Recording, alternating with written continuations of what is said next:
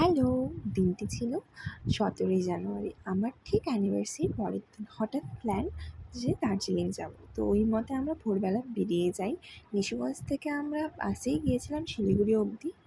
তো ওখান থেকে আমরা একটা গাড়ি নিয়ে দার্জিলিংয়ের উদ্দেশ্যে চলে যাই। তো আমরা ওখানে গিয়ে ফার্স্ট দিন ভোরবেলা তো মেরামেরেই ঘুরতে বেরিয়েছিলাম কিছুটা সময়ের জন্য। দেন আমরা রুমে এসে ফ্রেশ হই, বেবিদেরকে ফ্রেশ করিয়ে আমরা আবারও ঘুরতে বেরিয়ে যাই। জানো তো, দার্জিলিং তো গিয়েছিলাম, বাট মনের ভেতর একটা যে বিশাল বড় ভয় কাজ করছিল। এত ছোট বেবিদেরকে নিয়ে আমরা দার্জিলিং গিয়েছিলাম, আর তখন জানুয়ারির সময় ছিল। মনে মনে তো ভীষণই ভয় লাগছিল যে কীরকম ওয়েদার হবে ওখানে। বাট সত্যি কথা বলতে এবার জানুয়ারিতে অন্য বাড়ির থেকে বলে কম ঠান্ডা পড়েছিল। আর মানে ভালোই ছিল ওয়েদারটা। সত্যি কথা বলতে নিজেদের বাচ্চা বলে বলছি না, আমার দুটো বাচ্চারই বয়স, একজনের ১ বছর ৫ মাস আর একজনের ১ বছর ৮ মাস ছিল।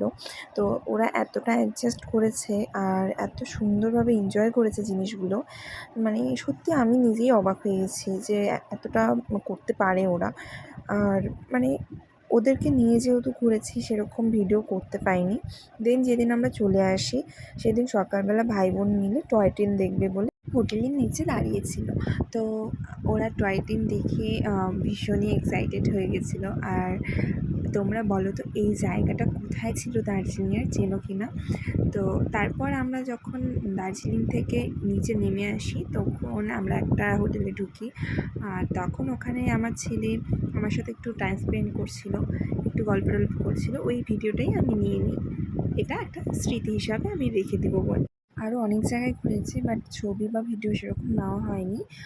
তো আর শেয়ার করতে পারলাম না। তোমাদের কেমন লাগলো অবশ্যই জানিও ভিডিওটা। Thank you for watching.